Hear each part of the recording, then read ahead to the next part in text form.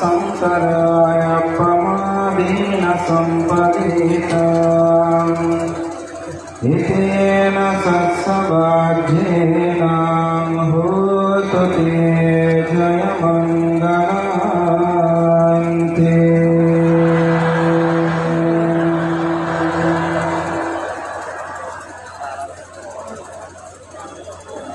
বাংলায় থেরোবাদ কোনো প্রতিষ্ঠার আদর্শে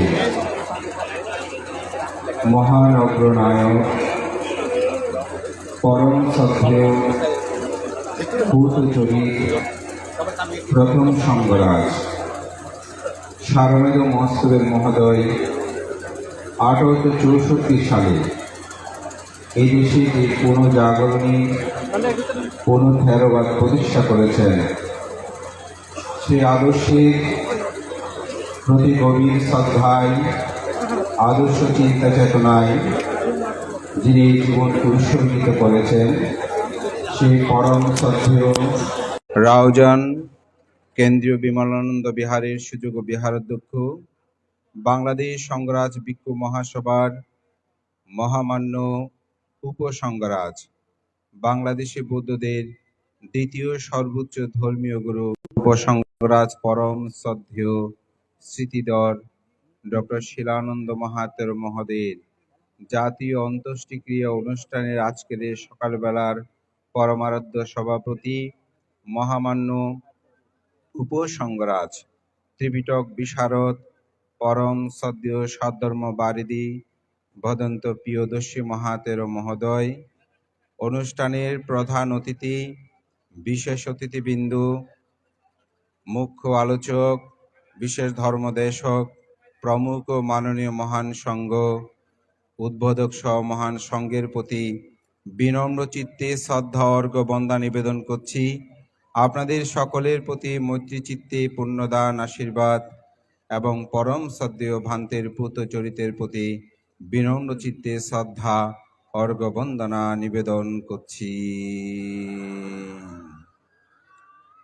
বৌদ্ধ ধর্ম দর্শনের গভীরে প্রবেশ করলেই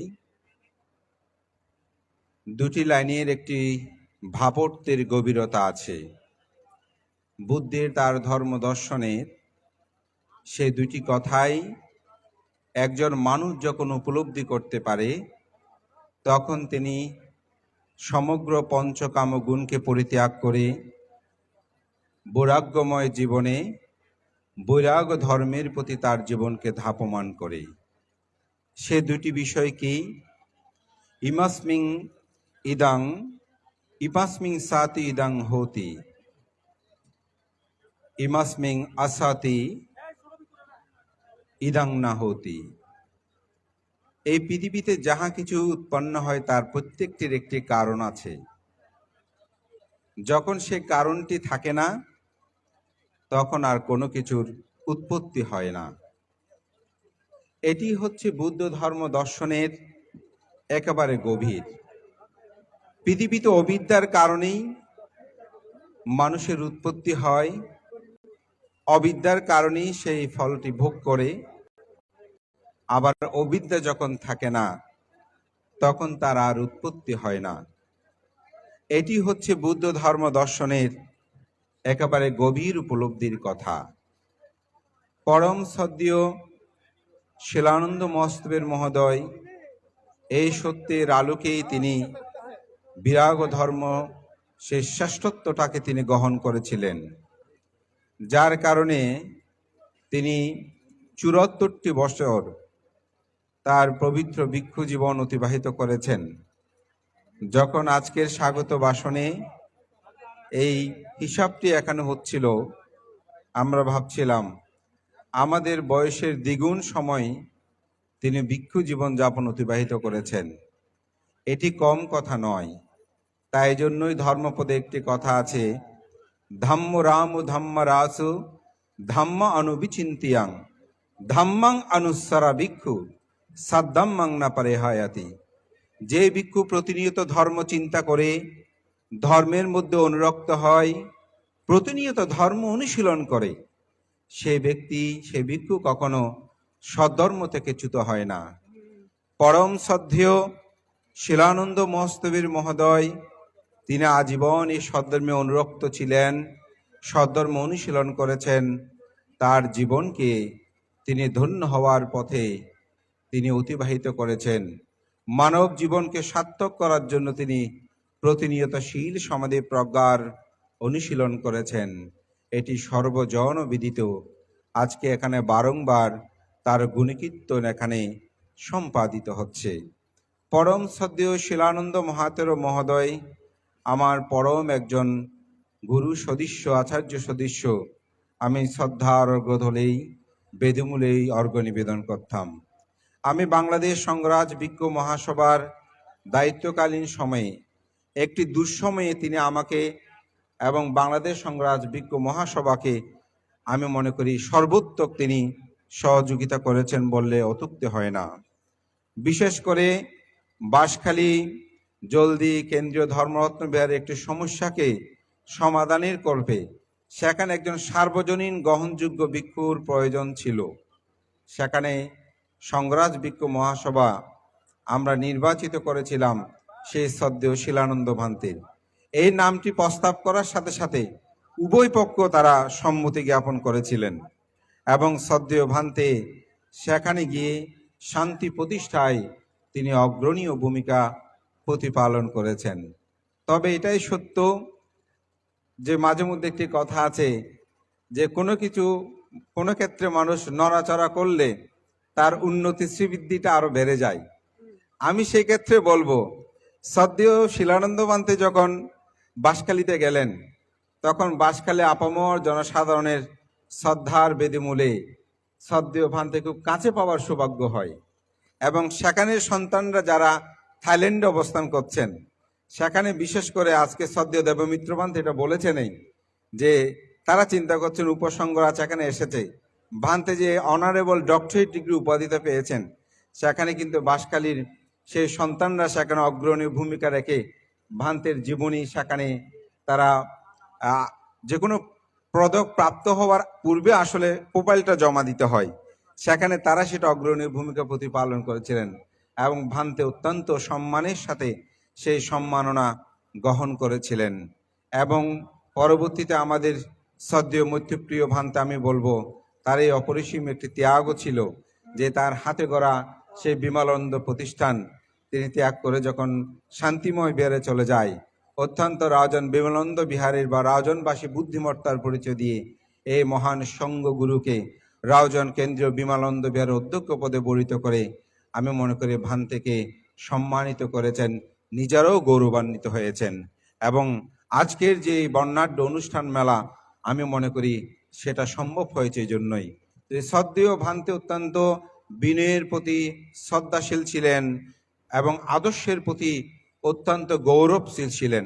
এবং পৃথিবীতে আমরা সাধারণত অহংকার আমিত্বগুলো সহজে ত্যাগ করতে চাই না, কিন্তু বুদ্ধের ধর্ম দর্শনের করণীয় মাত্র সূত্রের প্রথম 2 লাইনেই বুদ্ধ বলেছেন যে কারণীয় মাত্রা কুশলে না যন্তাং সন্তাং পদাং আবিসমেস্যা সাক্ষ্য অজুসা সৌজসা সোবার সৎসমুদুয়ানাতিমানি। বুদ্ধ এখানে বলছেন নির্বাণ লাভিচ্ছুক ব্যক্তির করণীয় কর্তব্য তিনি সক্ষম, সরল, অতি সরল, সুবাধ্য, কোমল এবং অভিমান শূন্য হবেন। একজন মানুষ যদি নির্বাণ সাক্ষাৎ করতে চায় তার প্রথম এই গুণগুলো দরকার। তাকে সহজ হতে হবে, সরল হতে হবে।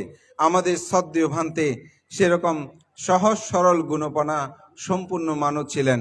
কখনো তিনি কুটিল জটিল বিষয়ের মধ্যে সম্পৃক্ত থাকতেন না, অত্যন্ত সাদাসিধে তার জীবনাচরণ ছিল, সক্ষম ছিলেন। তিনি বৃদ্ধ বয়সেও খুব ভোরবেলা আমরা বিবিধ কারণে ভান্তেকে যখন অনুষ্ঠান আনতে আসতাম আমি দেখেছি খুব ভোরবেলা ভান্তে এখনো একেবারে স্নান করে ফেলতেন, শীত হোক সেটা গ্রীষ্ম হোক বর্ষা হোক, এরকম অত্যন্ত তেজস্বী একজন আমি ওর পূর্ণবান সক্ষমতা সম্পূর্ণ মানুষ ছিলেন। এবং ভান্তে খুব ভোরেই উঠেই খুব সকালেই সেই স্নানটি কর্মটা আদি সুসম্পন্ন করতেন। তার শারীরিক সক্ষমতাও সেরকম যোগ্যতা সম্পন্ন ছিলেন, সহজ সরল সুবাধ্য।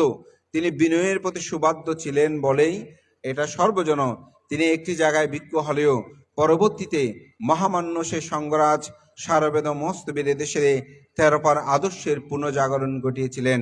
ধর্মের যে বিপ্লব তিনি ঘটিয়েছিলেন, বিনয় আদর্শের যে সৃষ্টি করেছিলেন, তার প্রতি তিনি অত্যন্ত অনুগত হয়ে তার অহংকার আমিত্ব বিক্ষোভস্যা সেগুলো তিনি চিন্তা না করে তিনি সঙ্গরাজের লিখের প্রতি আমি মনে করি আদর্শের গৌরবতা প্রদর্শন করে তিনি আবার পুনঃভাবে তিনি সংগ্রামে অন্তর্ভুক্ত হয়েছিলেন এবং তার জীবন দর্শনে আমি মনে করি সেটি একটি অত্যন্ত উপলব্ধি করার বিষয়।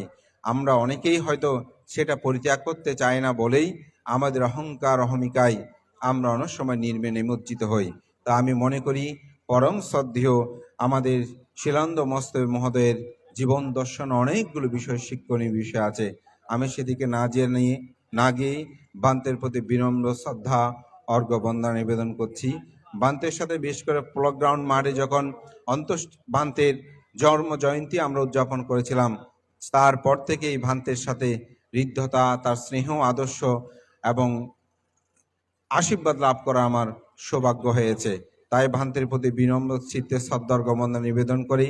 ভগবান তথাগত বুদ্ধের সেই জীবনাদর্শনের সর্বশেষ যে কথাটি, হান্দা দানি ভিক্ষাবে আমন্তা আমিবু বায়াধাম্মা সাঙ্কারাপ্পামাদেনা সম্পাদেতা, তথাগত বুদ্ধ বলেন, জগতে যাহা কিছু উৎপন্ন হয় সমগ্র কিছু ক্ষয়শীল, তাই অপ্রমত্তের সহিত তোমাদের স্বীয় কর্ম সম্পাদন করো।